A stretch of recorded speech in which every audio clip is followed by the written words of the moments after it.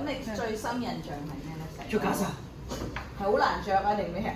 着都靚，好難啊！你係咪影咗張好靚嘅相嘅？嗰個俾法師執過嚟㗎啦嘛。朝頭早好似5點鐘打鐘，你洗完面刷嘅牙，最頭嘅問題就係要着袈裟，差唔多有半個鐘頭先着到好件袈裟，跟住落去下面做早課，做完課之後跟住食飯，即係嗰啲食完就出波，出波就要除袈裟㗎啦嘛，你着翻件即係勞動嗰件衫。咁你出完波之後，跟住又到10點半鐘又開始要上堂，你又要用半個鐘頭你着嗰件袈裟。咁佢食完袈裟，跟住到中午食完飯翻嚟，咁啊有休息時間嘅。咁你又除咗件袈裟去休息完之後又要着袈裟。所以一日除好多次。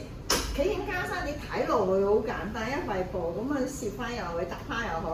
咁係一塊布咁樣包喺你身上嘅，甚至你面泡，即係佢唔可以大到嘅。佢講到明，你行嗰陣時嘅姿勢咧、水步咧又可以大。